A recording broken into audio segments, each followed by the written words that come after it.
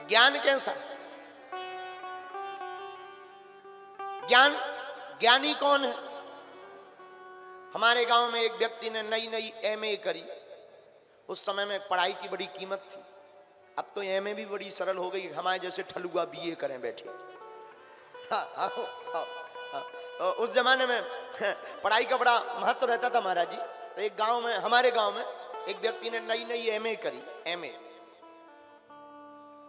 गांव वाले बोले भाई बहुत पढ़ा लिखा लड़का है। हम कहने बहुत पढ़ा लिखा। जब एमए की, छतरपुर हमारा जिला लगता था, उतने वाहन नहीं चलते थे। वो एमए करके छतरपुर से गांव आया, घर वालों ने ढोल नगाड़े बजवाए, टीका लगाया। हमने भी सोचा दूसरे दिन देखें एमए वाला आदमी होता कैसा है।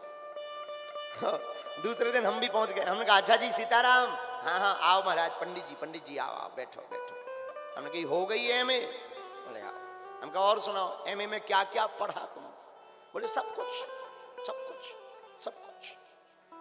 हम कहा ठीक है। हमने पूछ लिया छोटा बड़ा सुना।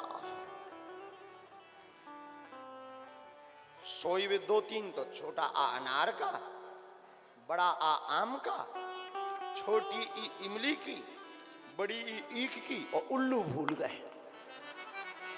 अरे हमें बड़ी हंसी आई। हम की तो मैं में कर पाए, उल्लू के उल्लू ही रहे। इसके आगे ये तो विनोद की बात है। लेकिन उनसे हमने पूछा कि आपने, रघुनाथ जी कितने भाई हैं, राम जी कितने भाई हैं?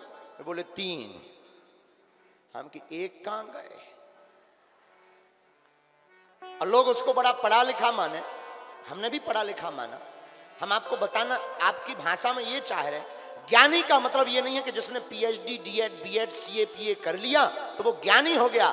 ज्ञानी का मतलब वो यह है जिसे ये ज्ञान हो जाए भगवान की कोई सत्ता थी, भगवान की कोई सत्ता है और परमात्मा की ही कोई सत्ता रहेगी, ऐसा जिसको ज्ञान हो जाए वही सबसे बड़ा ज्ञानी।